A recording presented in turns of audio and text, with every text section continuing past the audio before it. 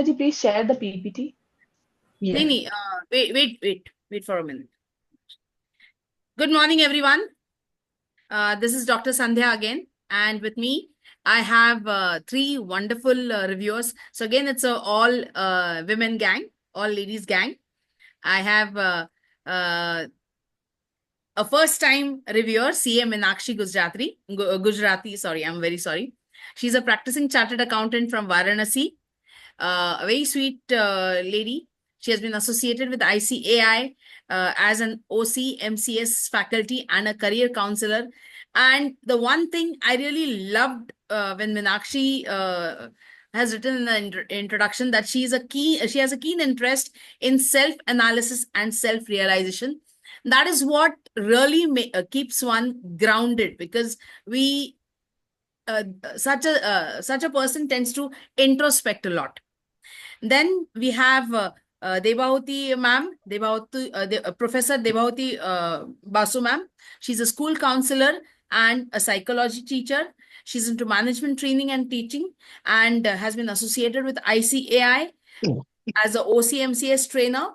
She is also a Reiki and an Access Bar healer, settled in Indore. And we have a returning reviewer, I would say. This is her third book review. CA Pravina Oswal ma'am. She's a practicing chartered accountant in Y, one of the beautiful holiday destinations in Maharashtra. She's been a managing committee member of Satara branch and has written research paper on evaluation of startups in non-metropolitan areas. Of course, academically, she has been doing very well. Besides being a first rank holder in MCOM, she has been into student career counseling. She has been connected with District Industry Center for Satara for entrepreneurship development program, and she has a lot of things on her plate. So having this wonderful team today for the review is itself a great achievement. This book, for me, this book is very special. There are multiple reasons for it.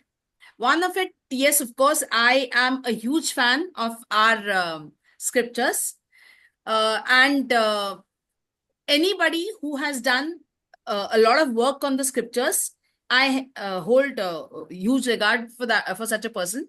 So there are three authors whom I really love. One of them is Nilesh Oak.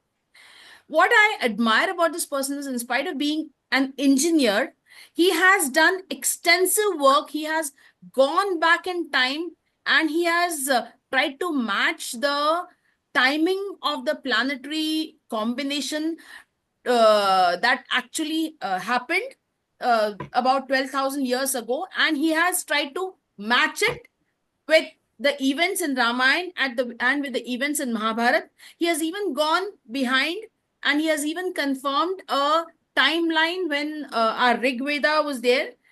He's the one who has identified that Rig Veda did exist 250,000 years ago. So there are a lot of things, and he has proved it beyond doubt. Of course, there are people who will keep on denying it, but then they have not been able to substantiate it the way he has been able to substantiate it. So that's the reason I really have high regards for this author. So let's see what Meenakshi, Pravina, and Devavati ma'am bring on the table. I'm really, really looking forward to a review of this book. All the very best to all three lovely ladies.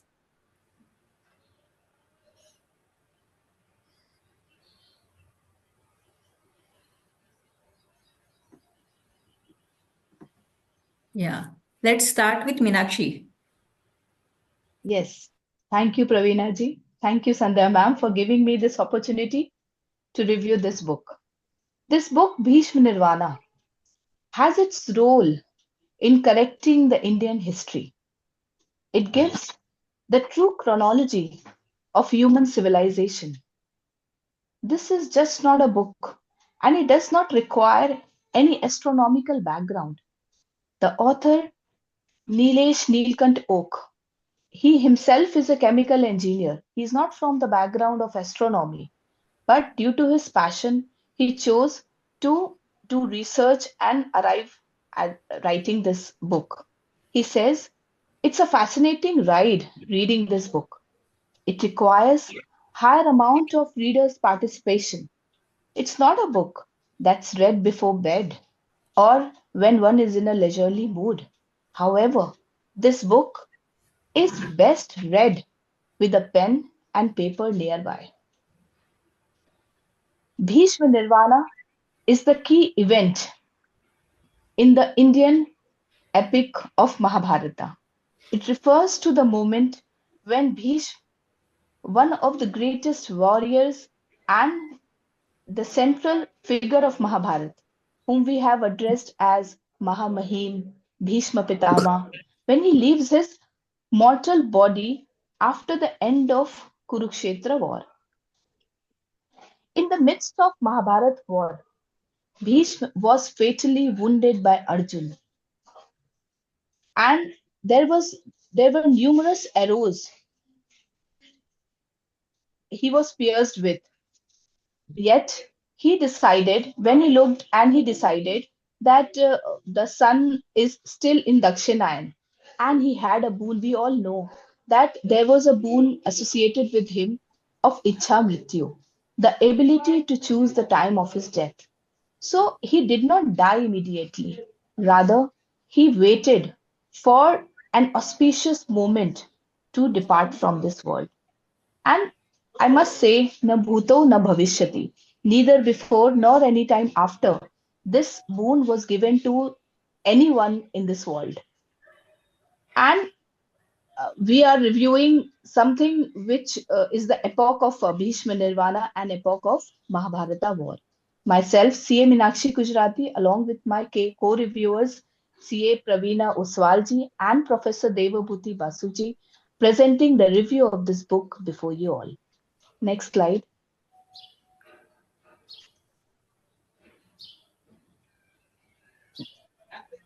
Next slide, please.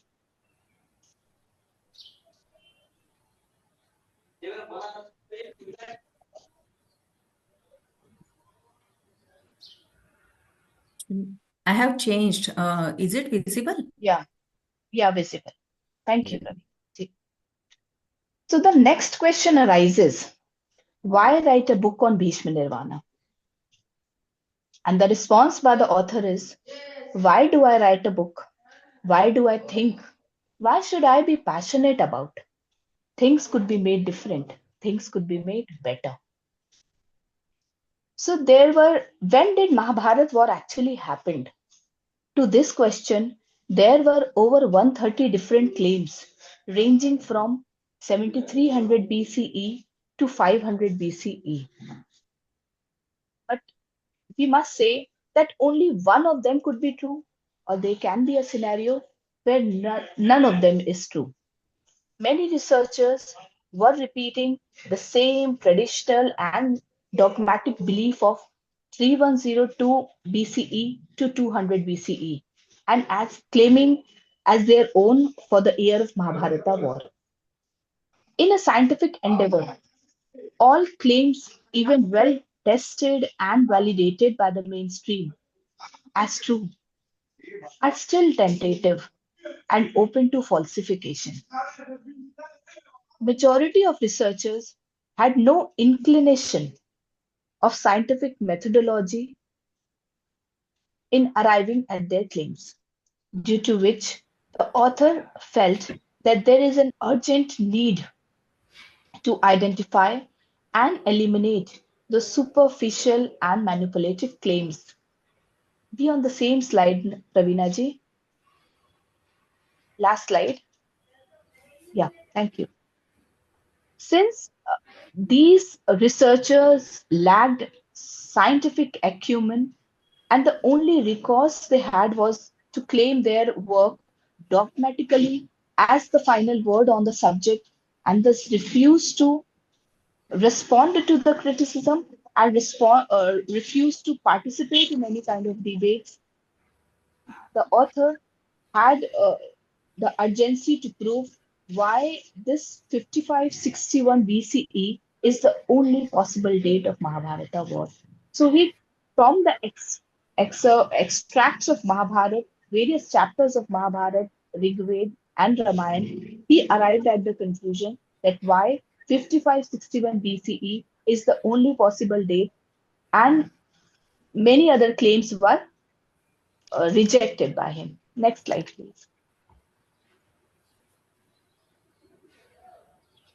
So, the author, Mr. Oak, developed a framework that Mahabharata enthusiasts can understand and use it to identify superficial and manipulative claims. The logic of scientific methodology has numerous aspects. Aspects like consistency of a theory, deductive reasoning, crisp statement, crisp and clear statement theory, insistence on objective testing, insisting of testing of relevant evidence, both conflicting and supporting, emphasis on corroboration and falsification rather than proving or disproving, and a revolutionary theory which promotes growth of knowledge. For this, to have the logic of scientific methodology of these aforementioned numerous aspects, he developed five specific elements to arrive at the Bhishma Nirvana theory. Number one, evidence. Evidence, we know that these are the facts, signs that make you believe that something is true. So he prepared the Bhishma Nirvana evidence, uh, the chronology evidence, the astronomy evidence, considering the 18 parvas of Mahabharata. For example, Shanti Parva, Anusashan Parva, Shalya Parva, Stri Parva, Shanti, and Karna Parva. Udyog Parva. So various parvas have been, the shloks from various parvas have been utilized to arrive at the final answer. Second, testability. Testability is a degree to which something can be tested, or we can say how easy it is to test it. And the uh, the things that he has proved in the book, he has proved it, he has tested it across the separation matrix.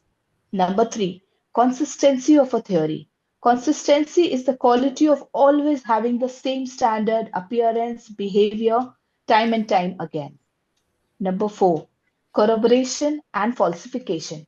Corroboration is the act of proving an account, statement, or idea with new information. And falsification is the action of changing something, such as a document, in order to deceive people. So he has considered both corroboration and falsification of his theory in this book. Number five, growth of knowledge.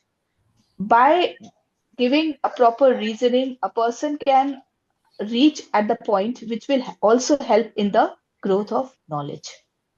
So now over to Professor Devabhuti Basuji for the next slide. Hello. Uh, One slide back, fourth slide. So, first, we need to start with the things that the author has here talked about. And when we talk about, first, we need to understand what really the author, how really the author is going to prove it scientifically. So, whensoever we need to move to the previous slide. Slide number 4. Whensoever we are talking about scientific researches, it has to be evidence based and it has to be supported by the other factual evidences. And here the author has developed a specific method that is known as grain and shaft separation matrix. In this matrix, what is done, he has tried to find out things Ravina, we which have just are lost the PPT. okay. Okay.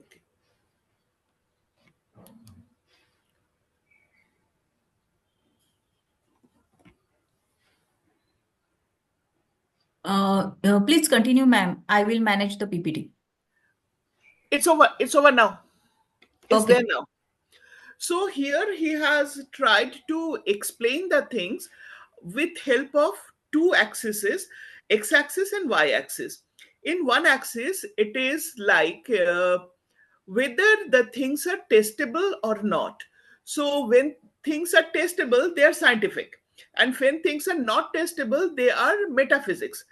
And the second thing is it is testable, and am I getting any evidence with supportive to that, or whether I'm not getting any support to that. In this slide we can very easily see that the whole thing is divided into four parts.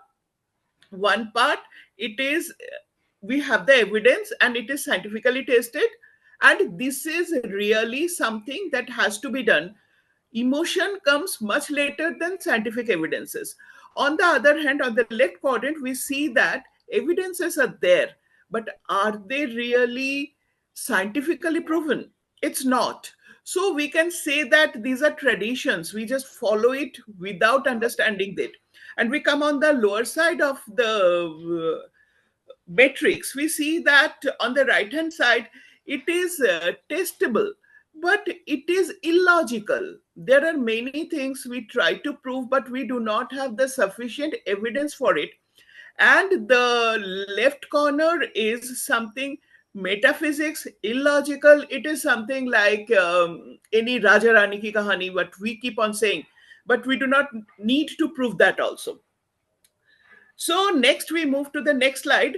The first thing that they have tried to talk about is it will be we have come late. We have to go much. Ravina ji, you have to Slide 5. begin it like slide Yes, 5. this one.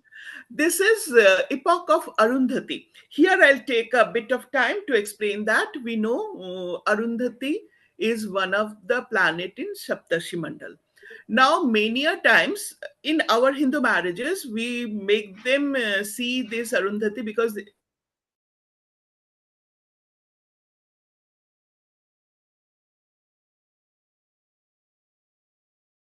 because the glare of Arundhati is very less. And according to the glare of Arundhati, we can understand what should be the position of the sun, and the whole planetary movements are controlled by this, by the brightness of this Arundhati nakshatra. So here, the evidence of Arundhati says that Mahabharat war cannot have happened anytime after 4508 BC because of the light that was studied in all the days during the Mahabharat war, and it was very evident that it cannot happen after 4508 BC. Now, this single observation was not followed by most of the observers, and that is the reason they came out with the time which can be expelled out with the evidence of the planetary motion or planetary evidence. Next, the again with Arundhati, we can say that it cannot happen anyway before 11091 BCE. So there is a time span between 11091 BC to 4508 BC, and with the other supportive evidences, we came it to 5561 BC. With that, there are many other things have been proven, but this is something by Arundhati. It is proven that it cannot be any time before or after, and a specific time has been given. Next slide. And the next slide, the next thing that we are going to talk about, there are many astronomical evidences that we need to understand is really deep rooted during Rigved or before that also, but these are already very well defined and explained during this Mahabharat war in shlokas, where we can very easily find it out that the things were happened. The first thing that they are talking about is the phases of moon. Each and every day the phases of moon is changing, and the planetary system is showing the evidence of how the days are proceeding. There are many specific types of movements has been discussed during this explanation of Mahabharat war, and that says that there are many different types of movement. Specifically, we know that all the movements in planetary system do not follow the same method. They have talked about Bakri movement, the retrograde movement, when means the simple thing is that we think that sun is fixed and we are just rotating, and the moon is rotating around it, but this is not really fair, because the sun is in a Milky Way, the Milky Way itself is rotating, so everything is rotating, so we do not have any fixed ideal point on which we can make that this is happening, everything which is happening, which is changing. So the axis of earth, the axis of sun, what we think is fixed is not at all fixed. Everything is moving, and with those things to calculate the things are really not easy. But the author very meticulously done every calculation, and he has given a time. When I was going through the book, it was shown that within 2600 years, the winter solstice and the solar solstice and the Uttarayan and Dakshinayan will be changing its days. And it is true, because we can very easily find that this year, if I'm having Muharram at this point of time, next year it will be going a bit back, because there are different calendars, and we are going to talk about the calendars in our next slides. Next slide, ma'am. So here many evidences has been explained, and with proceeding of the presentation we will be coming up with many major points. The first thing, it is really well known that Pitama Vishwa was one of the pillar of the Kauravas.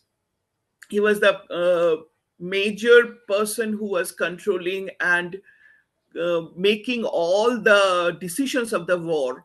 And on the 10th day, when it was impossible to fight the war without removing him, Arjuna took the decision to hit him with many other reasons that is also going to be discussed.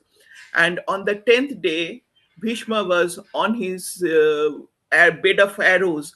And after that, more 8 days of war. And then, everything is chronologically explained with the evidence of solar planetary positions and the text that has been written in Mahabharata. Next slide, ma'am. So, how really we come to the conclusion of the time, specific time of Bhishma's death?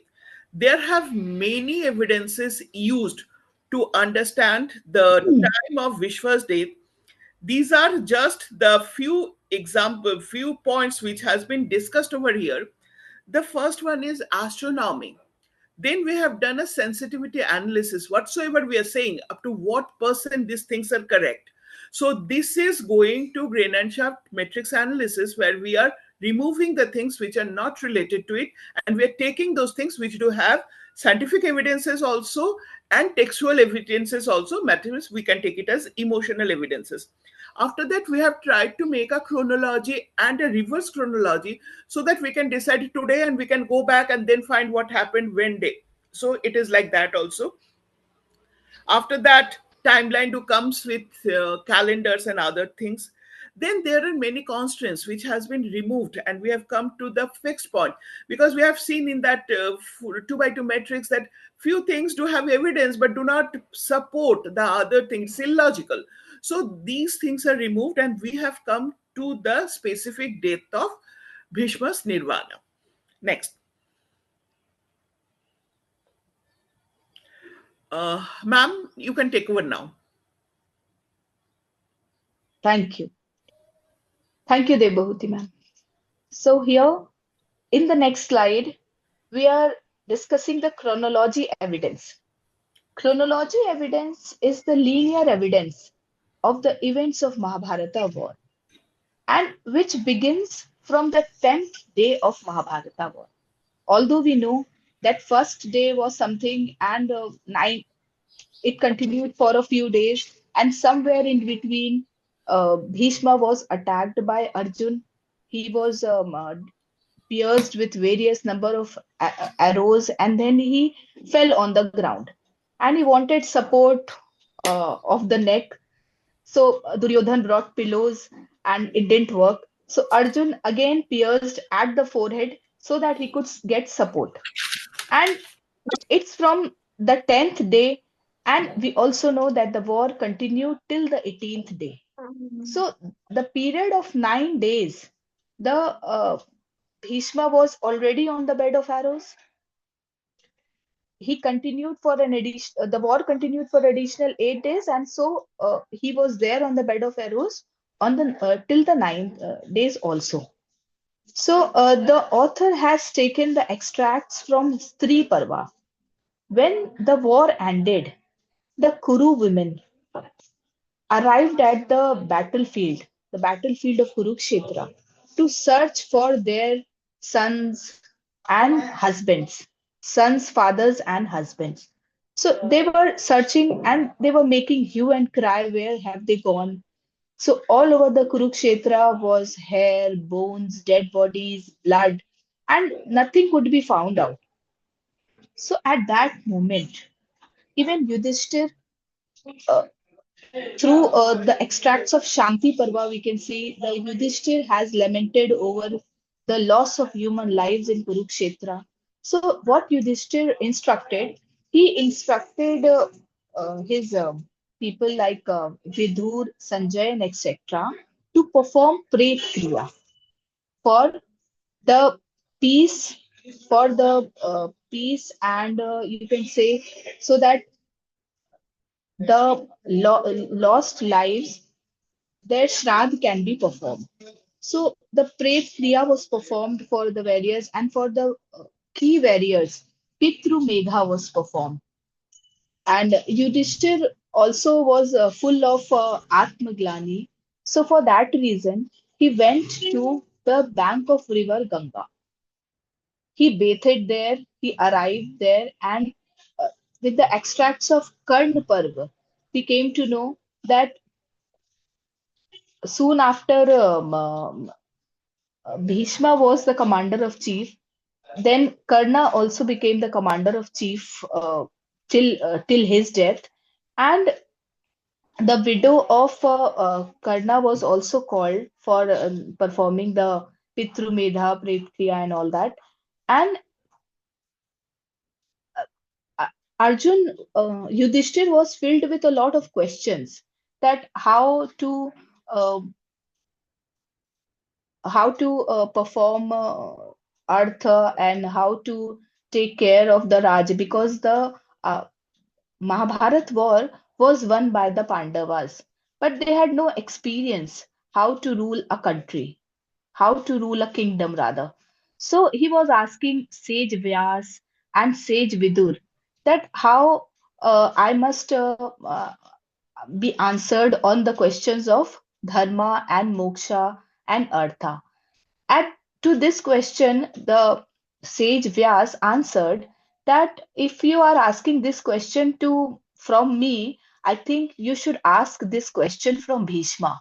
You should get the counsel from Bhishma, who is still waiting on the bed of arrows. Then, after leading a life on the bank of river Ganga, there is a quotation called Mas Eka Bahupriye, which shows that he stayed at in the river Ganga for a month. And a conservative calculation for a month is 27 days. 27 days it takes from Amavasya to Purnima. So 27 days is a conservative calculation. So we have 9 days at the beginning, then 27 days when Yudhishthir spent the time at river Ganga. And when he returned to Hastinapur, he was coronated as the king. He was welcomed by the public of Hastinapur because the war was happening in Kurukshetra. He had to, from there, he went to Ganga, and from Ganga, he came back to Hastinapur. At that moment, when he was coronated as the king, he gave various positions to the other Pandavas. Like Bhim was given the position of Yuvraj, Vidur was given the position of a counselor. Sanjay the treasurer, Arjun, the military chief, Sahdev as the head of his personal security. And various other positions were also given to other Pandavas, like Nakul. And similarly, palaces of Hastinapur were also divided amongst the Pandavas. Like Duryodhan's palace was given to Bhimsen. Dushasan's palace was given to Arjun. And similarly, other palaces were also given to other Pandavas, and Vidur and Sanjay continued to live in the same palace where they were living. And Yudhishthir also had given the instruction to Sanjay and Vidur to take care of Dhritarashtra, Gandhari, and those people the way they had been taken care of. Then Krishna arrived. Krishna, when arrived to Hastinapur, he went to palace of Arjun because he was like more comfortable with Arjun, and they had uh, this kind of a relationship. And there, Lord Krishna spent a night there. And together, next day, they went to see Yudhishthir. And when Krishna went to Yudhishthir's palace, and Yudhishthir noticed that Krishna is in a deep thought. He asked this question, "What are you thinking?" Then to this, Krishna replied, "Bhishma, who is lying on the bed of arrows, is thinking about me, which makes me think about him." So here you can see the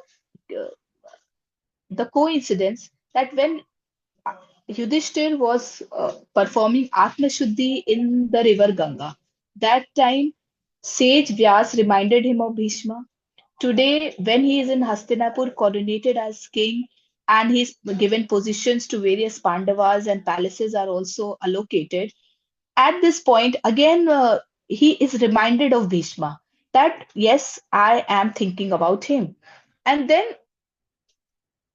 he also reminded Bhishma that this is a time, he also reminded Yudhishthir that this is a time where you should go to Bhishma and ask all the questions related to Raj Dharma, Arth Dharma, Moksha Dharma, because he is the one who has gained knowledge of 1,000 years. Then what happened is like the four chariots were brought in. Krishna and Satyaki were in chariot number one. In chariot number two, Yudhishthir and Arjun were there. In the third chariot, Bhim, Nakul, and Sadev. And in the fourth, Kripacharya, Yujitsu, and Sanjay were there. So there was a team of uh, Pandavas and the you can say the intellectuals in Hastinapur. They all got together in four chariots and they arrived at Kurukshetra. So these extracts are taken from the critical edition of Shanti Parva, Anusashan Parva, and here when they reached uh, Kurukshetra, they found that Bhishma is lying down and he is full of sorrows. And then Krishna told Bhishma that still you have 56 days left. When he said days left means a person who is the Almighty, we all worship Lord Krishna, the one who is the Almighty, if he has uttered that 56 days are left, and this is the extract is being taken from Shanti Parva and Anusashan Parva, and and then Yudhishthir was also known that he has very less time left. Within these 56 days, he has to get all the wisdom which he has thought of and advised also by the sages. So, of each for the next 6 days, continuous 6 days, it is seen in those parvas that he visited Kurukshetra and came back to Hastinapur in the by the sunset. So he was going to Kurukshetra like day one, day two, day three, day four, day five, and day six. On the sixth day, to all present, Bhishma recited Vishnu Sahasranam before Krishna. And Vishnu Sahasranam is nothing but the recitation of 1,000 names of Lord Krishna, which obviously Bhishma did. And in the presence of Yudhishthir also. That was the day when Bhishma felt that he now doesn't want to meet anyone. So this was the time. Next slide, please. This was the time he told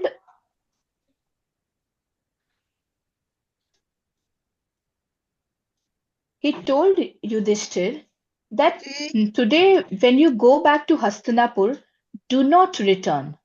Do not return to Hastinapur until sun turns north. And at the beginning of the presentation, I said that when he was badly wounded on the 10th day of the war, that day the sun was in Dakshinayan, turning south. And he decided, he waited for the auspicious moment, and the auspicious moment is when the sun turns north, the day of winter solstice. So he said, you return only when that happens. And when Yudhishthir, the Krish, and this so happened. So as you can see in the chart, first 9 days are the days from the 10th day to 18th day. 27 days are the days, the conservative calculation when the Yudhishthir spent the time at River Ganga with his people. And after 27 days, you can see the X number of days because that calculation is nowhere given in Mahabharata Parvas. That how much time did Yudhishthir take to reach to reach Hastinapur from River Ganga? The distance between that, which part of River Ganga to Kurukshetra is not clearly given. That is why we always claim, the author has always claimed that Bhishma spent 92 plus days on the bed of arrows. And from the day he reached Hastinapur, the very same day he reached to Kurukshetra, and for 6 days he was continuously going and coming back, going and coming back. So 6 days calculation is mentioned. And uh, why 6 days? Because Krishna given this calculation to Bhishma that you have now 56 days left. So 6 days was daily visit, continuous visit. Sixth day was recitation of Vishnu Sahasranama, and 50 days he was lying all alone in Kurukshetra, and such a thing happened. And when the final winter solstice day came, it can be either on the winter solstice day or maybe a day after. So there is plus minus one calculation. And when he reached, like Yudhishthir reached to Bhishma, he was well prepared with the Agni Sanskara things. He made all the arrangements that this is the day when Bhishma will pass away, will depart from this world. So he made all arrangements of Agni Sanskara when he reached at the Kurukshetra at the point where Bhishma was lying. And along with Pandavas, Sanjay, Dhritarashtra, he went there. And that time, Bhishma uh, uttered before Lord Krishna that last 58 days are equivalent to 100 years of suffering. So, this is the pain he explained. Next slide, please. The, the pain he felt is explained by Bhishma to Yudhishthir and Krishna. And many researchers have considered this particular shlok of 58 days and have mentioned that Bhishma has spent only 58 days on the bed of arrows. Why did they miss? Like, it was not that just before 58 days only the war had occurred. What about the time spent on River Ganga? What about the time when the war was in the midst of it when Bhishma fell and the final day of the war? So those calculations were missed. So through the chronological evidence, these countdown can be matched to ascertain which part of the place things have happened. So Yudhishthir along with Pandavas have reached there, and Bhishma concentrated himself very internally so that he can be one with the universe. He released his pran very slowly, and it finally happened. Over to Pravina ji, the next slide. Thank you very much, Meenakshi. We have completed three chapters, and now we are with the chapters of astronomy evidence. So actually, when I started these books, the word astronomy is new to me. We have all heard the word astrology. So is it the same? No. Astronomy is a big part. It is the position of solar system, sun, moon in the sky and their relations with each other. And with the help of this solar system, the calculation of time is kept in the ancient period. There are many claims that Indians were not good at keeping time, and the calendar is not properly kept. But with the help of astronomy evidence, Sri Oak clearly stated what is the season when the Mahabharata war happened, what are various evidences which help to define the timeline of Mahabharata war, specifically Bhishma Nirvana. So the astronomy evidence are divided into three types. Evidence of the season, what was season at that time, then the evidence of the lunar, that is what is the position of the moon at that time, and what are the various months and tithis. We will see this evidence one by one. And he stated rightly that it has been said that astronomy is a humbling, and I might say that a character building experience. That is, studying astronomy is, we are reminded that our place in the cosmos is very small, and we are encouraged to grow as individual, both intellectually and emotionally. So, the chronology evidence of Mahabharata text decisively proves that the minimum duration of Bhishma on the bed of arrow must be equal to 92 days, as explained by Meenakshi. In this chapter, Astronomy Evidence, we will analyze evidence of Mahabharata text to determine the lunar tithi, lunar paksh, and lunar month, because all is cited in the form of shlokas in Mahabharata, and it is RS very ಬಿಡಿಪಾ 10 uh, 10 minutes nicely ಆಯ್ತು. recorded by Mr. Oak.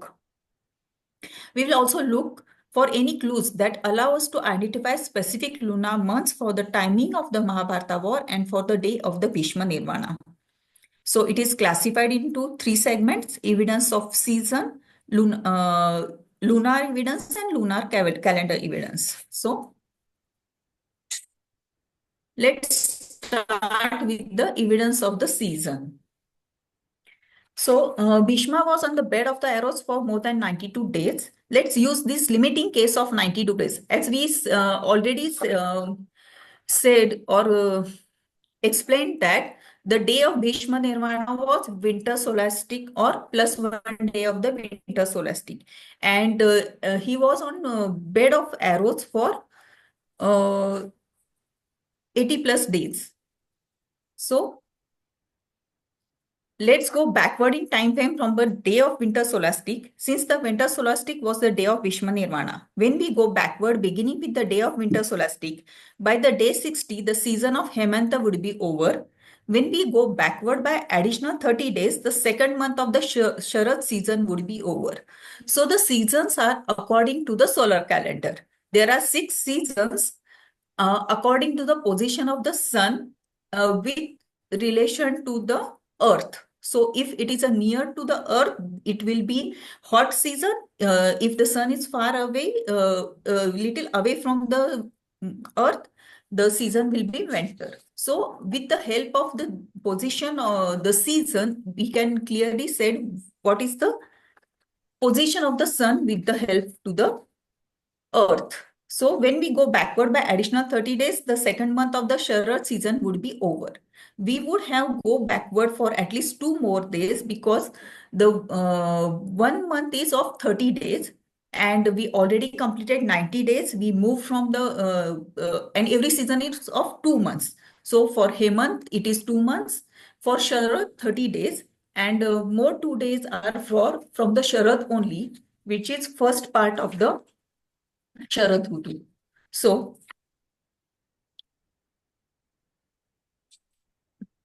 The fall of the Bhishma in the battle on the 10th of the war is in the Sharad season. This also means that Mahabharata war begins at least 12 days before the first month of the Sharad season was over.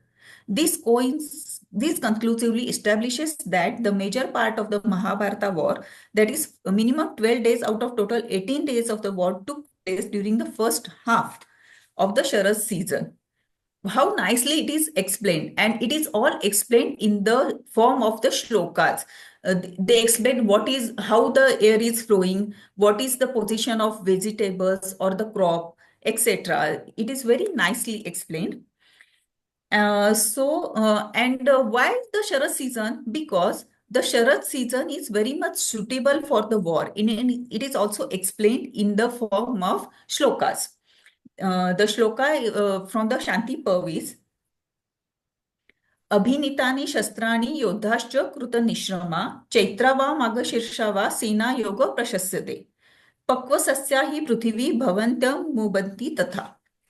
So, for the war of the Mahabharata, text provides additional evidence in the support of this conclusive war taking place during the first half of the Sharad season. Bhishma refers to lunar month of Margashirsha and Chaitya, as stated in this slok, as the time of the year when the crops are matured and water is in ample supply, and thus a good time to initiate military excursion or the wars if the army is ready, since the weather near these lunar months is neither too hot or not too cold. So it is very well explained in the shloka. Also, there is another shlok in which Krishna refers to during the conversation with the Karna, the upcoming and suitable time for the war. He describes the season as neither too hot nor too cold when vegetations, fruits and grains are ample in supply, the water is clean and the land is free from the mud and the flies. So, with the help of this shloka, we can clearly state that the season when the war happened is the Sharad season. There is also various other shlokas which explain what is the season during the days of the war. So the description of Sharad season continued to the day 2 of the war when Karna was the leader of the Duryodhana army. These all things are explained in the various shlokas of Mahabharata. So on the 5th day of the war, when Drona was leader of Duryodhana's army, Next the reference of slide is not Sharad. visible, Pravina. Next slide, I think. That days wala slide is not visible. That's still on evidence. Yeah, fine. So the last and 18 days when Shalya was the leader of the Duryodhana army, it is the Sharad season. So description of Sharad season continues post-war as the Kuru woman arrived at the Kurukshetra to identify the bodies of their loved one. So now we move to the second statement when the lunar evidence are checked, when the astronomical evidence is checked with the lunar evidence. So lunar phases or lunar position of the month is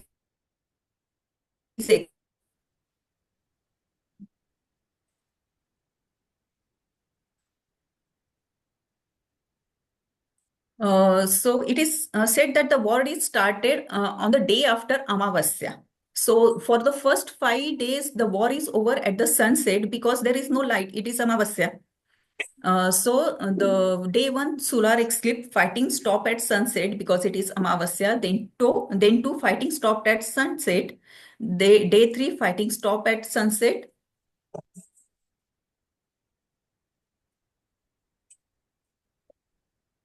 Likewise, everything is explained in the various shlokas of Mahabharata.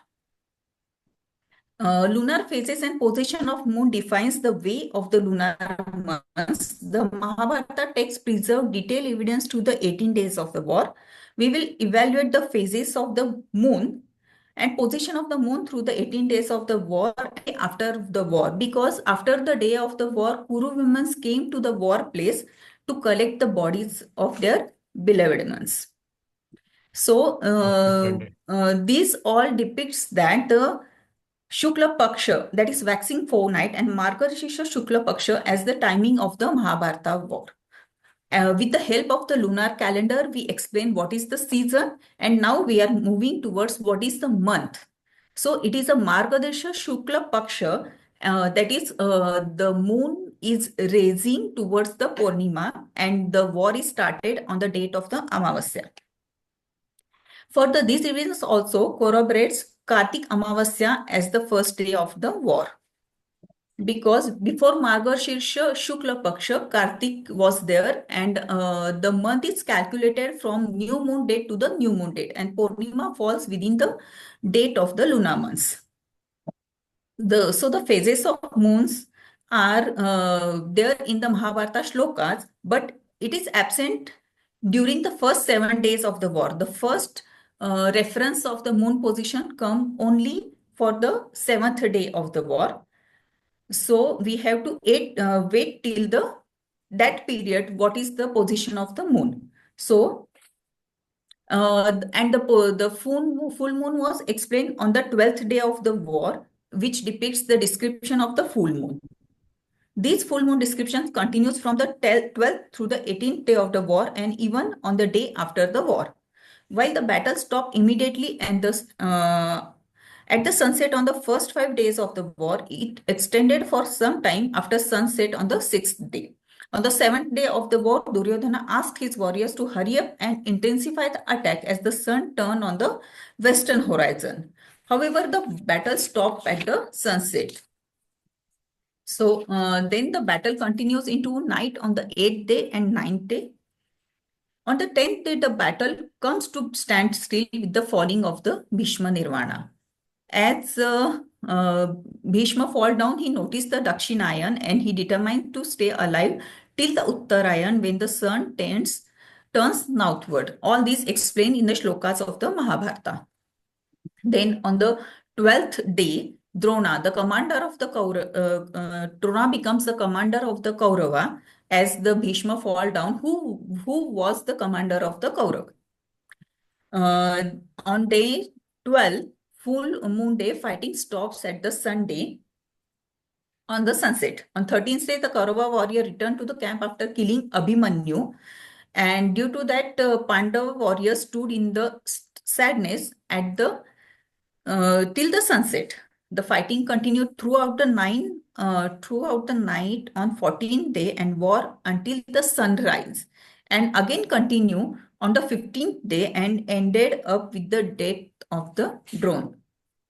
At the end of the 16th day, the darkness set in due to dust, and warrior felt frightened about fighting at night and returned to their camps. Karna was killed at the end of 17th day, and exhausted Kaurav warriors ran away and were chased by the Bhim, Drishtadyumna, and other Pandav warriors. Kaurav warriors stayed and slept on the very battlefield during that night of the 17th day. The war ended with the defeat of the Duryodhana on 18th day.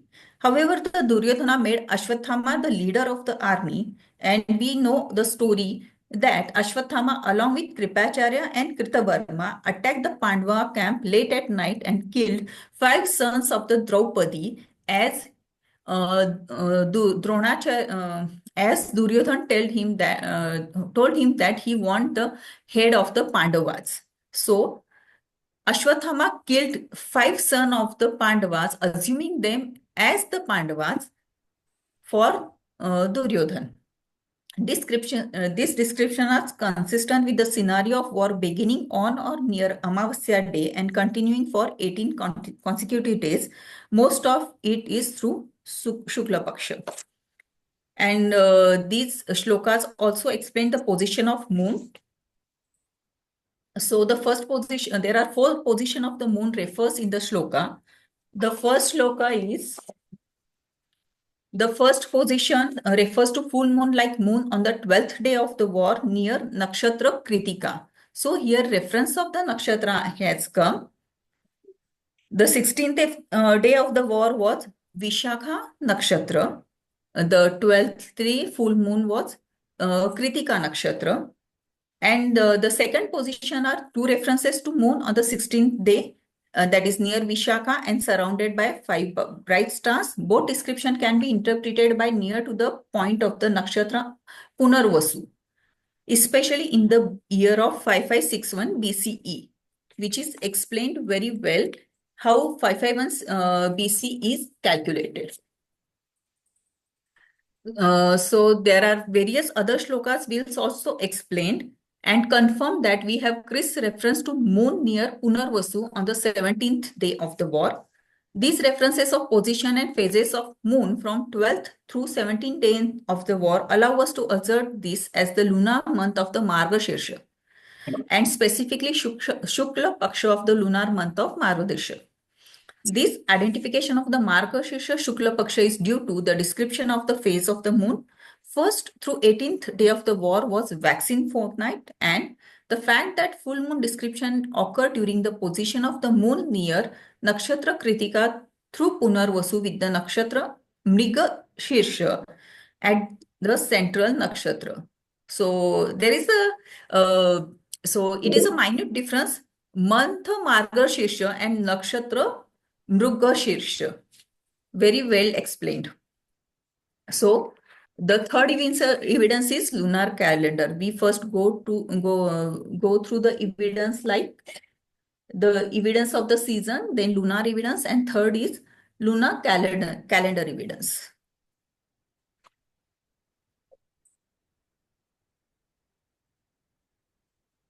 So there is a lunar calendar evidence, that is the month which were there at the time of the war. The Mahabharata text refers to Kritika as full moon occurring prior to first day of the Mahabharata war.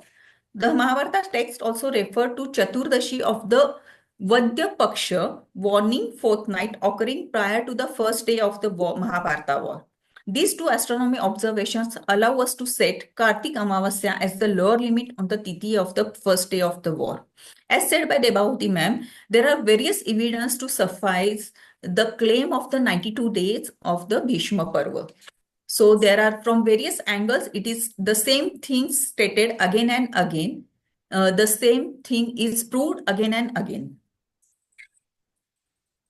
We have seen the lower limit as the Kartik Chaturdashi of the warning month, that is Krishna Paksha of the Kartik month. Then what is the upper limit of the day of Bhishma Nirvana? The Mahabharata text contain two references that allow us to set the upper limit not only on the tithi of the Bhishma Nirvana but also the tithi for the first day of the war. Both references occurred in the Ashwamedha Parva, where references are made to the future events of the Chaitra full moon day.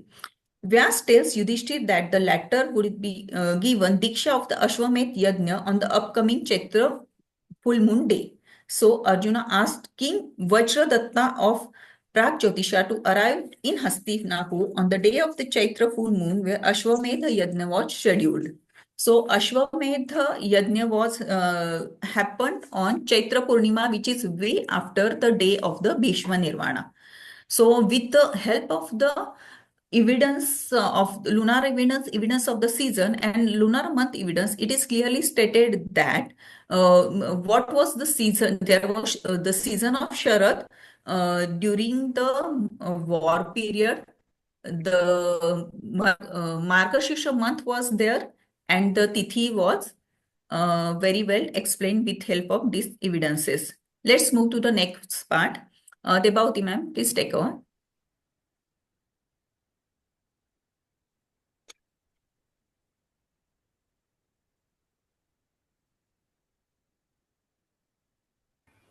Sorry, I was muted.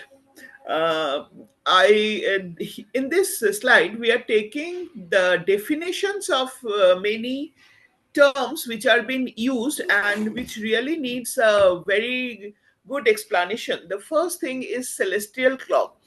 Now, we all do our mechanical clock. Either we put a cell or we wind it and it moves.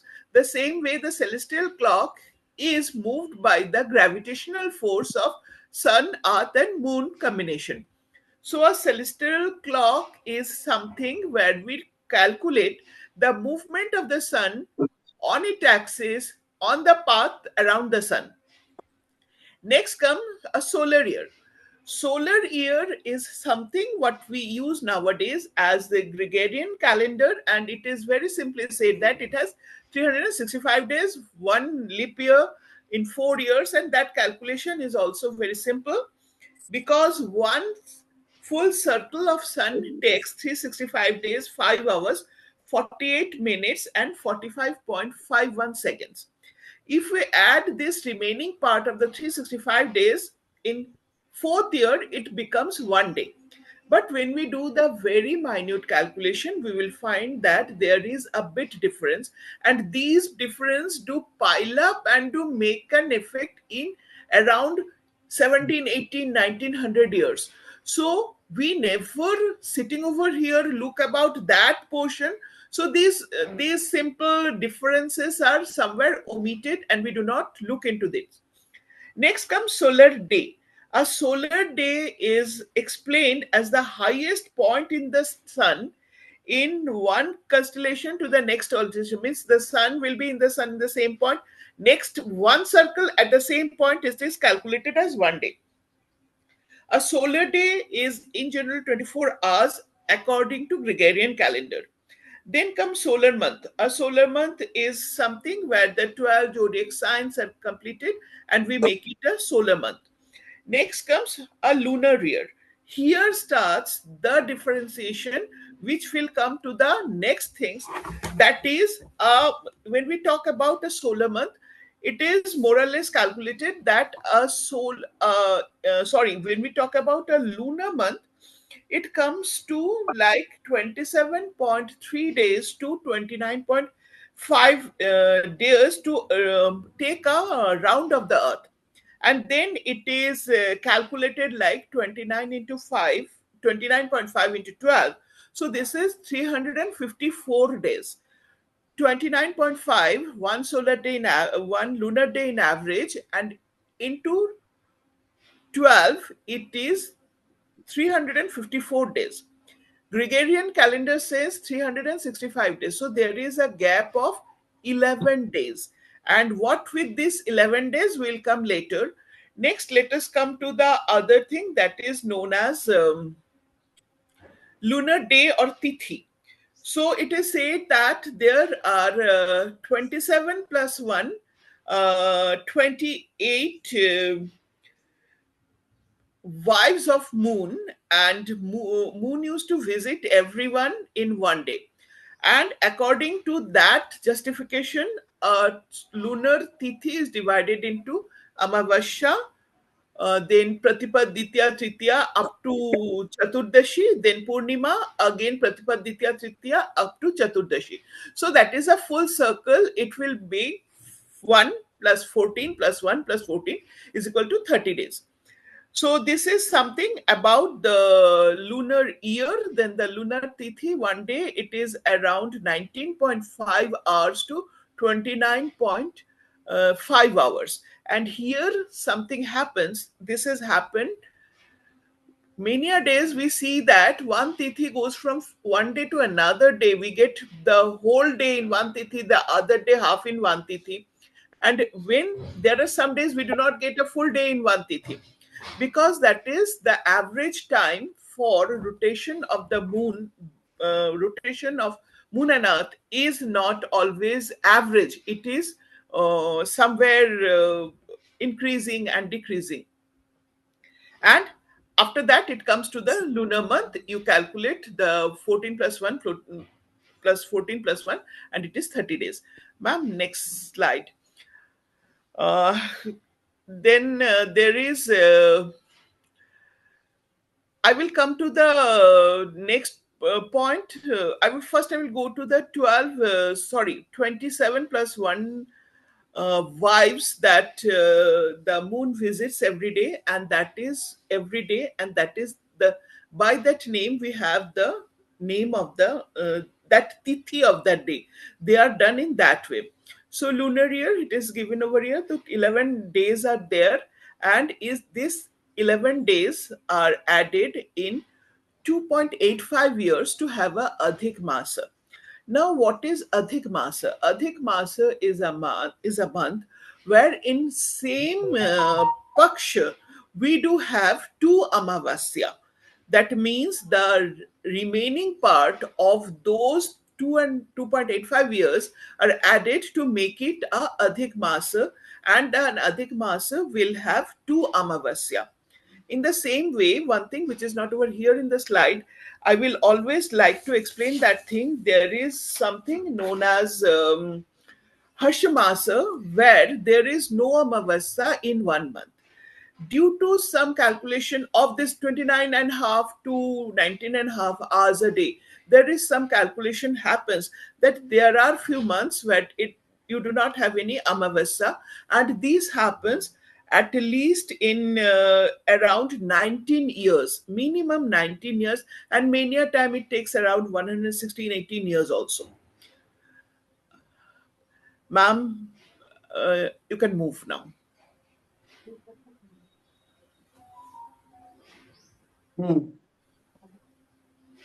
Meenakshi, ma'am. Yeah, okay, just. So there is a reference of 5561 BCE. So what is BCE? We know the English calendar, our kids are notes about the months and years. We are in 25 now. So what is 5561 BC? It is the measure to calculate the time. So the zero or starting point is birth of Jesus Christ, and after that the years are calculated. So after that, today we are in 2025, and before period is called as BCE, that is before the common era, and C is common era. So and it is calculated backward, that is 5561, 11,000 is more before than 5561 BCE. So this is just for the references. As the chapter astronomy agama is the profound knowledge, and this knowledge is very much important. Our kids are not, I think, aware about the Indian months or months like Chaitra, Vaishakh, Jyesht, Ashad, etc. But this is very important knowledge, because our history, what we were, is all about explained with the help of this time limit. So this is just for the information. And there is reference of zodiacs. We all know what is our zodiac sign, but how the zodiac is calculated. The sun travels through area of each zodiac in 30 days approximately. The sun transiting from one zodiac to another is a Sankranti, that is transition. Amavasya falls between two Sankrantis, that is the month is the Amavasya falls between the two Sankrantis. And rarely it happened that there is no Amavasya between two Sankranti. And as they explained by Debahiti ma'am, it is a Kshay Masa. When sun transition through zodiac, there is a very small area which cannot be calculated. So there is a small reference of zodiac in this chapter, astronomy agama. So how the zodiac is calculated? There is very much mathematics in every calculation. And we are not aware about it, but it is, if you like mathematics, and if you like history, if you like to check the evidences, you like the calculation, then it is very much clearly stated. So true solar months should refer to time interval when the sun stays in the region of specific zodiac. However, this method is not followed by existing solar calendars, that is Gregorian calendar. So in that sense, duration and name of the solar months, that is January to December of Gregorian calendars, are very much arbitrary. In Vedic astrology, there are 12 zodiac signs and 27 nakshatras. The nakshatras, the tithi, and the zodiac signs all are correlated. There are 12 zodiac signs and 27 nakshatra. Each nakshatra spans is 30.20 degree, 13 degrees and 20 minutes, while each zodiac sign covers 30 degrees. That means that each zodiac sign contains approximately 2 to 2.5 nakshatras. Which nakshatra contains in which zodiac sign is also explained in the chapter. Every nakshatra, there is a deity and there is a sign. This table is also given in the astronomy agama chapter. This is just for the knowledge of the readers. They have given, because If you are not aware about these things, the future calculation becomes superficial. Then there is a reference of the seasons, that is Ritu. There are 6 seasons as per Indian astronomy. Otherwise, we are aware about only three seasons: winter, summer, and rain. But as per astronomy, we in our ancient literature, there are 6 seasons. That is Vasanta, spring, which contains 2 lunar months, Chaitra and Vaishak. Then there is a Grishma, that is summer, Jesh and Ashad. Varsha, that is rain season, Shravan and Bhadrapad. Then Hemanta, then Sharad, early autumn. The Sharad is the season of the Mahabharata war. The Sharad comes, Ashwin and Kartik, Hemanta, that is late autumn, Margashirsha and Pausha, and Shishir, winter, that is Magha and Falgun. These references are there this is given in the chapter Astronomy Agama and explained very well. These seasons are calculated at the position of the sun with reference to the earth. So there is a winter solstice and there is a summer solstice. And according the Shishir comes after the winter solstice 2 months for the 2 months after winter solstice. Then there is a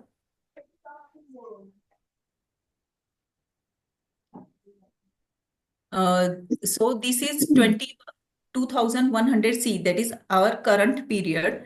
The calendar is explained very well in the books, and with the reference of this calendar, of the season, they explain, go back, they calculate reversely what would be the season at what is the season at the time of the Mahabharata war, and accordingly calculated the date of the Mahabharata war.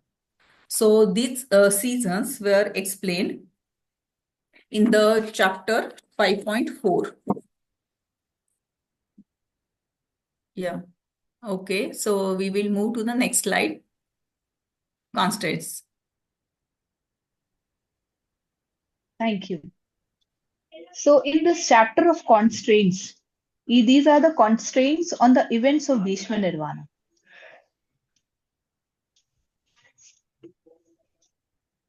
So we'll see various constraints that are summarized as follows, like how things, what proves that the particular tithi or the particular season happened at Mahabharata war. So point number 1 happens, most of the 18 days of Mahabharata war took place during first phase of Sharad season, as we went through the previous slides. So Sharad season is something which is there during the 18 days of the war. Second point, it began on Amavasya day when there was a lunar eclipse, and it ended 3 to 4 days after Purnima day. So it says war began during Shukla Paksha, because Shukla Paksha is the period which begins from Amavasya and ends on Purnima. And from then, the period that starts is Krishna Paksha. That's the waning phase. Point number 3. The war took place during the lunar month of Margashirsha. That's the lunar month Margashirsha, part of the Sharad season. Point number 4. The aforementioned points can be further validated by references to the occurrence of Kartik Purnima and Kartik Krishna Chaturdashi before the beginning of Mahabharata war. Because the war happened in Shukla Paksha, before Shukla Paksha we must be having Krishna Paksha, so Kartik Purnima must have been over by that time. Point number 5.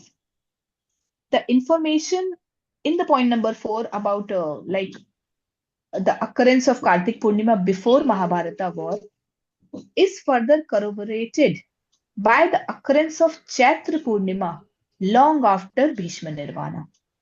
Bhishma Nirvana occurred on the day of winter solstice, and since he was on the bed of arrows for 92 plus days, Mahabharat war itself took place during the first half of Sharad season.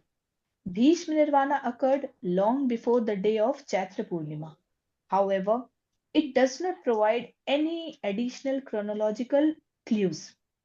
This significant gap between Bhishma Nirvana and Chaitra Purnima can be assumed because sufficient time elapsed between these two events, long enough for Krishna to visit Dwarika, because Dwarika was a place where Krishna is always known to be after the Mahabharata war. And he when throughout the war he was present, throughout Bhishma Nirvana he was present, he was also present when Yudhishthir was from Hastinapur, he was going to Kurukshetra for 6 days, he was there. And even on the day of winter solstice, Bhishma narrated his pain to Krishna, that last 58 days are equivalent to 100 years of suffering. So we can see that Krishna was there till that time. So how would he go back to Dwarika in between?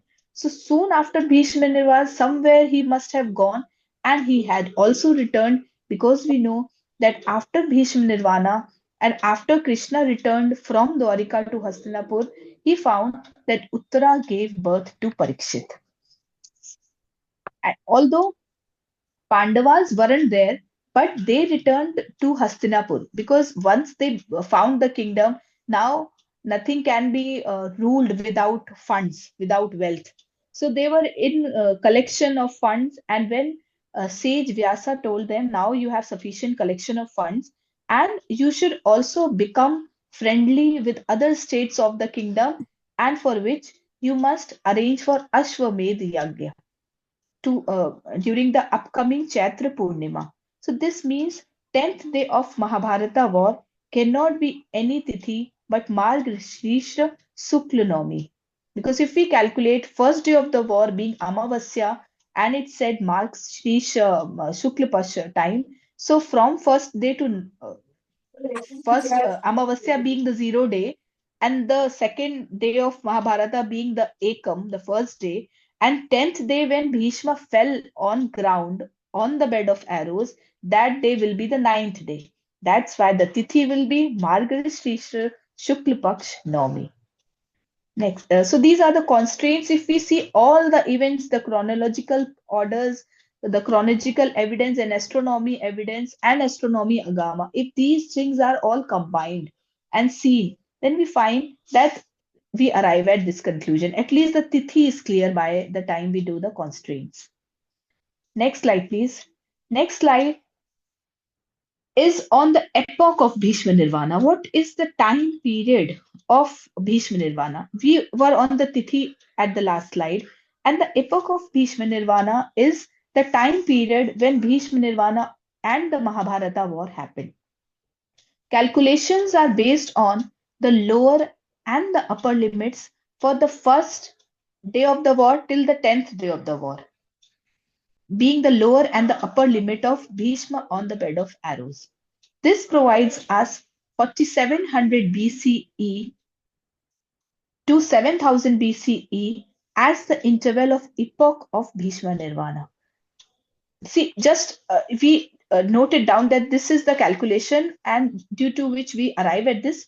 After telling the summary, I will tell how this calculation is arrived at.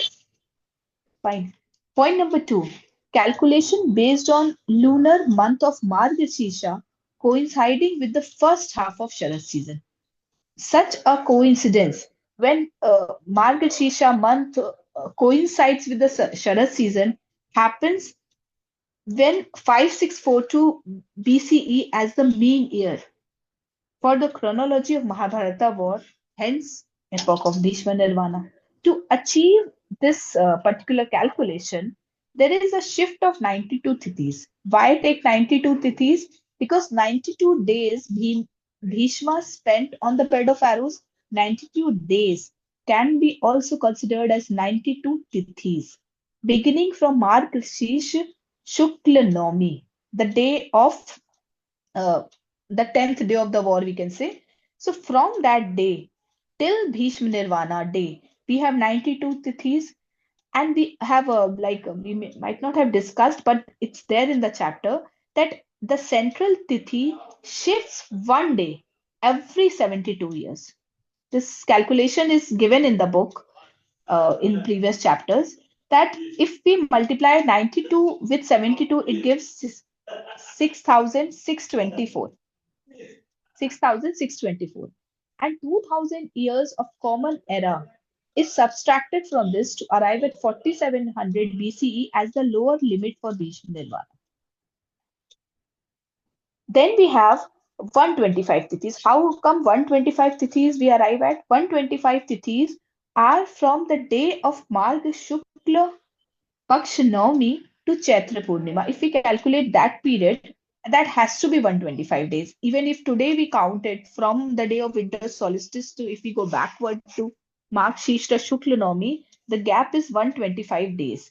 But we also know that there is a shift of 1 day for any central tithi. So if we multiply 125 tithi by with 72 years, we get a calculation of 6,000 years. We get a calculation, sorry, 7,000 years, because 125 into 72 is 9,000. And again, common era of 2,000 years is subtracted and we get 7,000 years. Then, as in the last two slides, we discussed the nakshatra Mriga Shirsha, which coincided with the point of equinox. Then, during the Mahabharata war, that happened uh, around 4460 BCE. This refers to the time of lunar month of Margashirsha coinciding with the full equinox. We must further go backwards in the antiquity until the Yoktara of Nakshatra Mrigashirsha was separated by 15 degrees from the point of spring equinox. This time, when the lunar month of Margashirsha coincided with the first half of Sharad season, can be calculated at 5642 BCE. Again, this is the mean year and the time of Bhishma Nirvana. So, with these calculations, I mean, one has to read the book to understand, to have a clear understanding of these calculations, because we just have summarized it, right? So, we have arrived at 5642 as the mean year of Bhishma Nirvana. Next slide.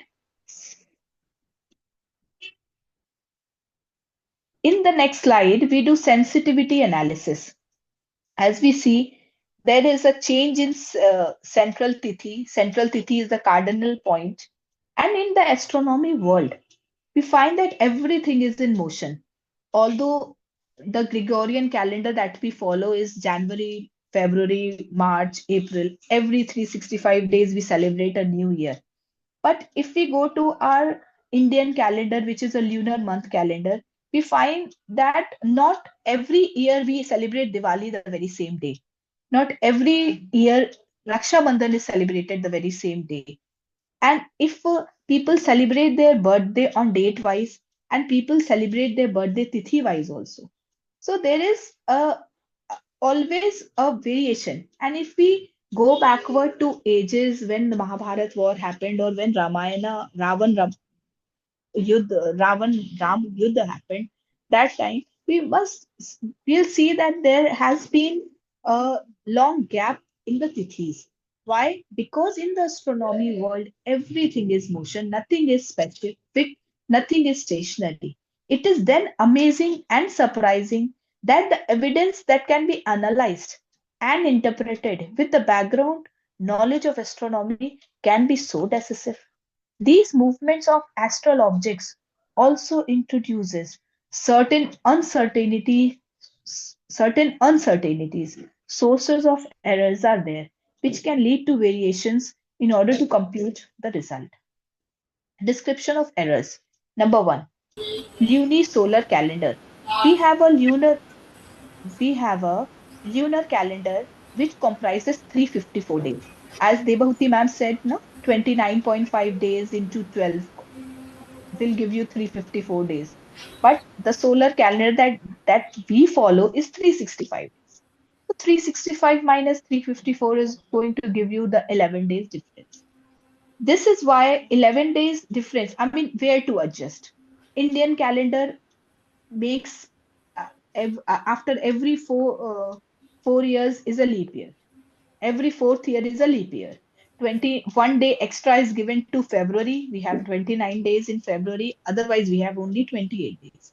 But in the lunar calendar that we follow in India, there is that 11 days gap is a specific for you can say an extra month is added after 2.5 years, and correction via comprehension of central tithi is the best way to account for this gap between lunar and solar calendars.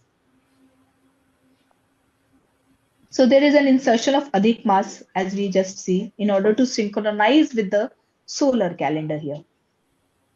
Then comes error in Tithi estimation. Solar day is equivalent to 24 hours. Lunar Tithi time taken, it varies from 19 hours to 26 hours, from 19 hours to 26 hours. There is a typical method. It is to note down Tithi at sunrise. There are people who follow the Tithi at sunset, and there are people who follow the Tithi at sunrise. So that can also lead to error. Then comes motions of Yog Tara. Most of the Yog Taras for the corresponding nakshatra are selected based on their brightness, proximity to the ecliptic, and their stability related to proper motions. Then there is expected variations of central tithi, that the variation can be plus minus 15 days.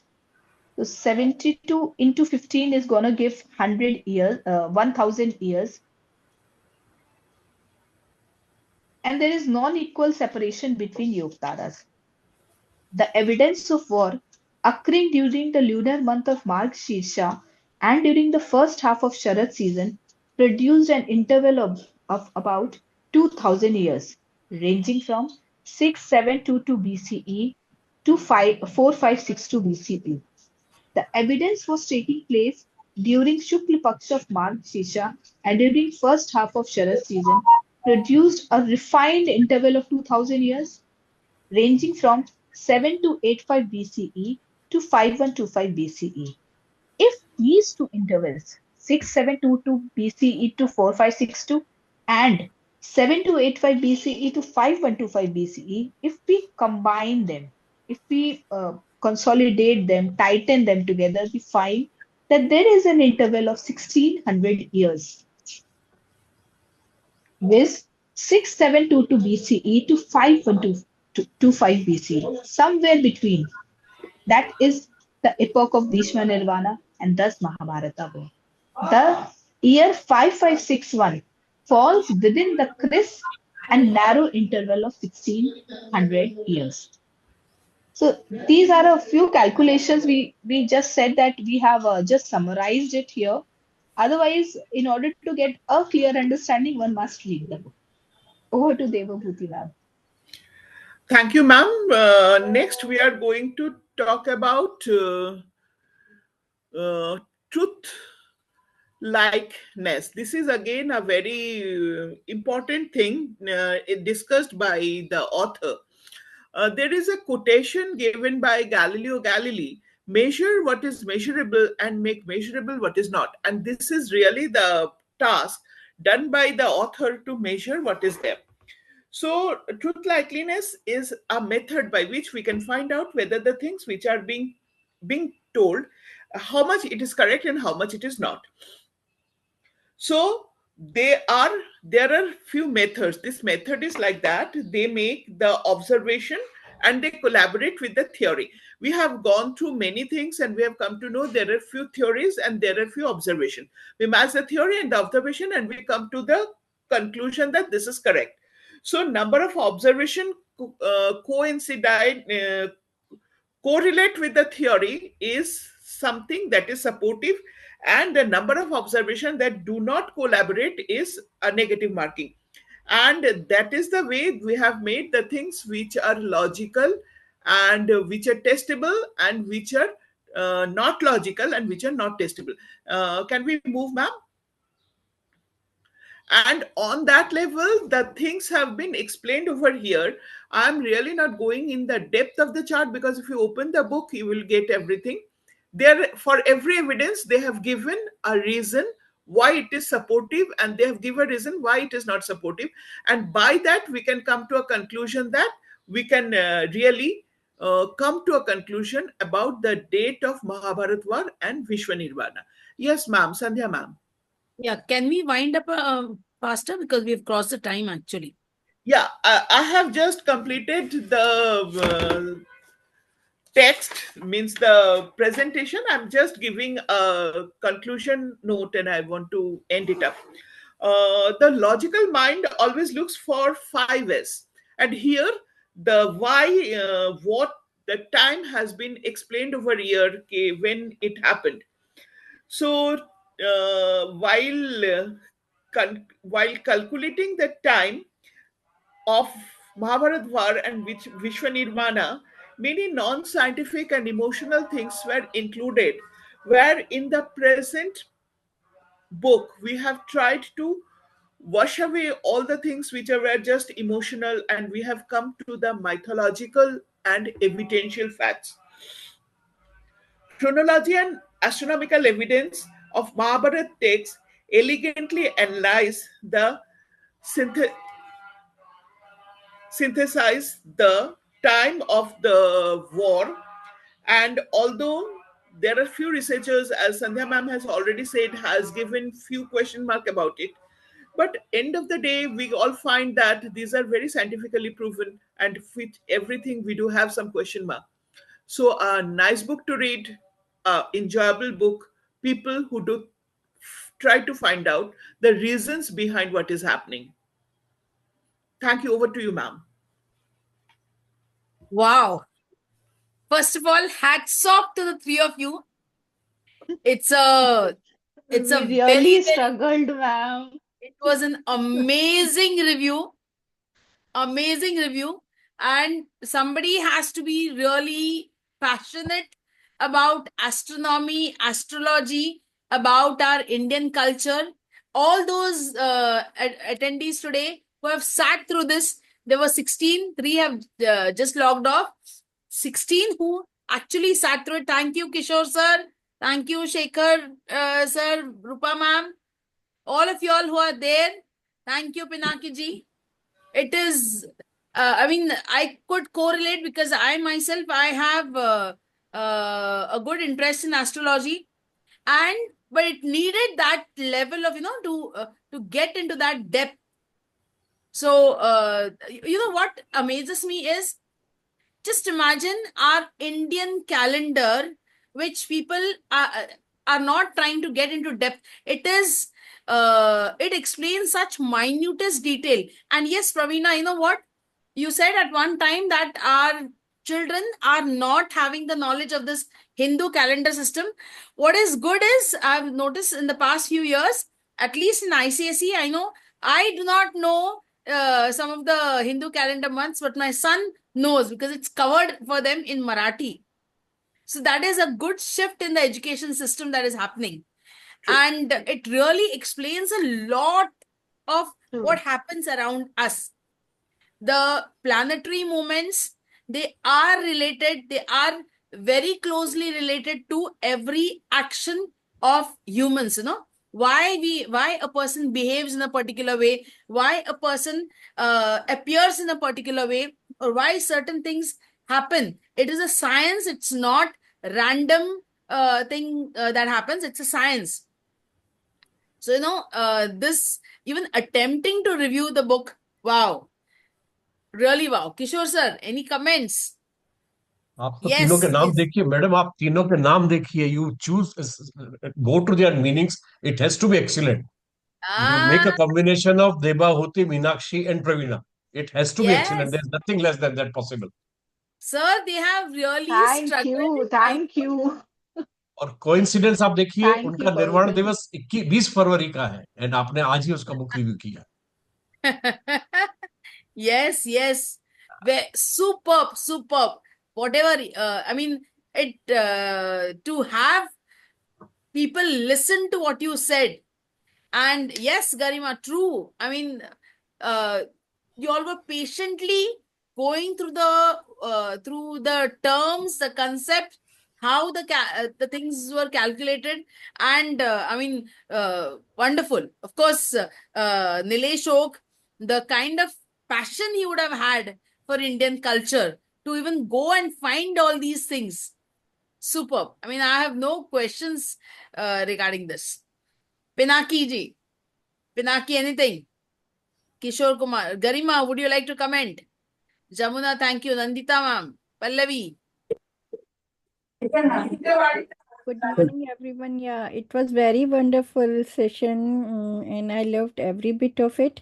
I just love the way, मतलब जो truthfulness के बारे में बोला ना कि it should be scientifically proved. That is Yes, what I मतलब that what catched my attention the most, and all three of them spoke so wonderfully. Thank you so much. yes, definitely. Pinaki, you want to say something? Yeah, my first question is that how did you do that? It really needs a lot of patience and understanding of the points which have been documented in the book. The Pinaki, you way, needed to talk to them a week ago. You should have seen them. Actually, when ma'am said we are going to review Bhishma Nirvana, I was the yeah, first who it's raised more of hand. a research Why work I that raised was hand? done. I thought it's a motivational book. It will talk about Bhishma Yudhishthir Samvad or Bhishma Krishna Samvad. I was more into it. But when I opened the book, I'm like, this is the one, this is the thing, this is what we are going to cover. I did till 100 pages, and beyond that, I couldn't understand anything. My CA mind was all stuck. So, Really, it but is more still, calculative. it is very calculative and minute calculations are there. Yeah. It But was thanks tough. to Sandhya ma'am, In due fact, to you, the very much Yes, thanks to Sandhya concepts ma'am. of the lunar and lunisolar year and all things get cleared. And we feel very proud that we have such a system of calculation of time before 11,000 years. That is 30,000, 13,000 years from today. And Yes, it is there is need to study all these things. We should go backward in our history and study our roots, so that it gives us strength. And जैसे ये भी बोला है कि the name of the weeks are come from the India only, like Shunya come from the India. And if we don't study these things and put these things in the form of books, in the form of knowledge before the world, we didn't get the recognition we have in our previous years. So thank you very much for suggesting this book. And it is very much necessary or interesting that if you study anything new neuron patterns built up in the brain, and which makes your brain younger than days. Thank you very much. The actually, best part is as the actually, and concept of Sanskrit is the mother of all languages. yes. The best part is the concept of Adik month. In the English calendar can never explain Adik month. They don't have. The way it is explained over here, and the way y'all did that job was hats off. Hats All, off. Y'all did all, a wonderful. all, all reviewers, Thank please you. give some credit to Sandhya ma'am also. She waited for Magh ka Shukla Paksh for this book review. No, Kishore sir, I'll tell you something. Some things are in destiny. It is not that Yes, I yes, consciously yes. did. But it all coincided. आप देखिए exactly 20 फरवरी को आना, exactly माघ में शुक्ल पक्ष में book review होना. It all had to happen this way. अगर किसी चीज को शिद्दत से चाहो तो Yes, सारी yes, कायनात yes, उसे आपसे मिलाने में yes, लग जाती है. yes, yes, ही हो गया. yes.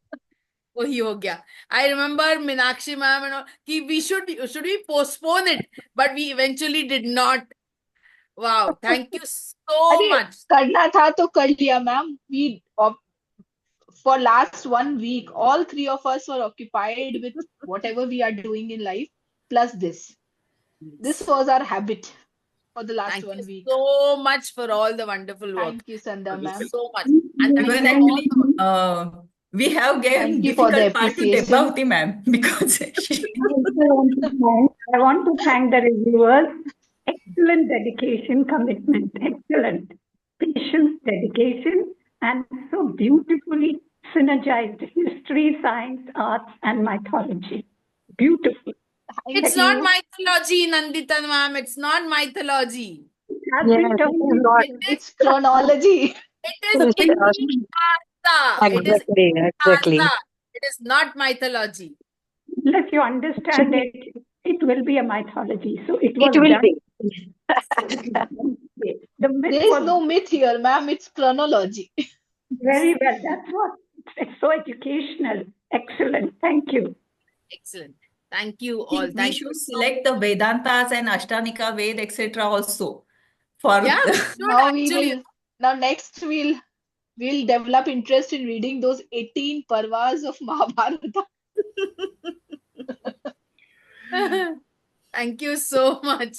I mean, I was Thank not you. sure whether I should take this book for review. I was not sure. I kind of I wanted to generate the interest. I wanted to bring in a variation. That's the reason I brought this book. So the fact that this book was picked up for review, first it was only Debhavati ma'am, and then Meenakshi said she'll join, and then Pravina, and I was also supposed to join Debhavati ma'am, but I couldn't. And then when I saw Meenakshi and Pravina join, so I said it's okay. I don't need to. But I was not at all sure how It you all will was do an it. opportunity, and last to last day you said that it will be an achievement. I really feel it's an achievement and it boosts confidence in Yes. me. It is, it is, it is. You should really clap it for all of y'all. Yes, Pallavi, definitely. So thank you so much. I don't think anybody will have any questions on whatever y'all. Yes, Jamuna. It was just Great, awesome. great task, great task. Wonderful. Great task. Sachi mein great task. So good.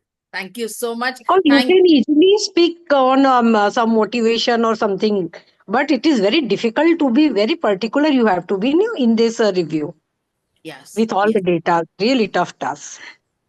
Very tough, very tough. Congress all reviewers. And what is interesting was in one of the slides, you all had mentioned the Vakri movement of the planets. Because Vakri movement does have a lot of significance as per astrology. And I could see that during the time of that Mahabharata war, almost all the planets were going Vakri. So that one slide was very, very significant because that showed the why that war caused so much of destruction. And Vakri is also the time when you kind of it's a time of self reflection. So there's a lot of introspection that happens if you So, really want to grow in life. That is so, what so, yeah, yeah. people are into astrology. So that is what I love that slide. Yes, so Jamuna. Sandhya ma'am mythology आ गई ना बीच में सबका दिमाग वक्री हो गया था तो लड़ाई हुआ नहीं इतिहासा माइथोलॉजी नहीं है इतिहास is not mythology. These क्या three, सबका these जैसे बोलते हैं ना फिरंगियों ने mythology बोला yes because yes they don't have superheroes na, so for them This is superheroes are myth. We have this movies is like based on Chhawa. We this can is see based we on had pure science. superheroes as our ancestors. This is based on pure science. We should understand yes it. That's all. It science cannot be called everything mythology at all. Actually, yes yes कैसे उसने how he has gone back so many years and how he has identified the planetary moments. And the best thing is it is all there in our scriptures. It's only for people to find it. I mean, हम लोग पढ़ते हैं पर किसने वो notice नहीं किया. हम लोग how can we let people even refer to it as mythology. Wonderful. I just loved it. Thank you so much. I think it's high time that we log off now. Yeah. Sunday Thank morning. you very much. Nice Let's get. Time spend Yeah. Yes. Thank you. Thank you. Everyone Yes. Thank Thank you. you. Thank you. Thank you. Bye. Bye. thank you for the appreciation. Bye. Have a nice day.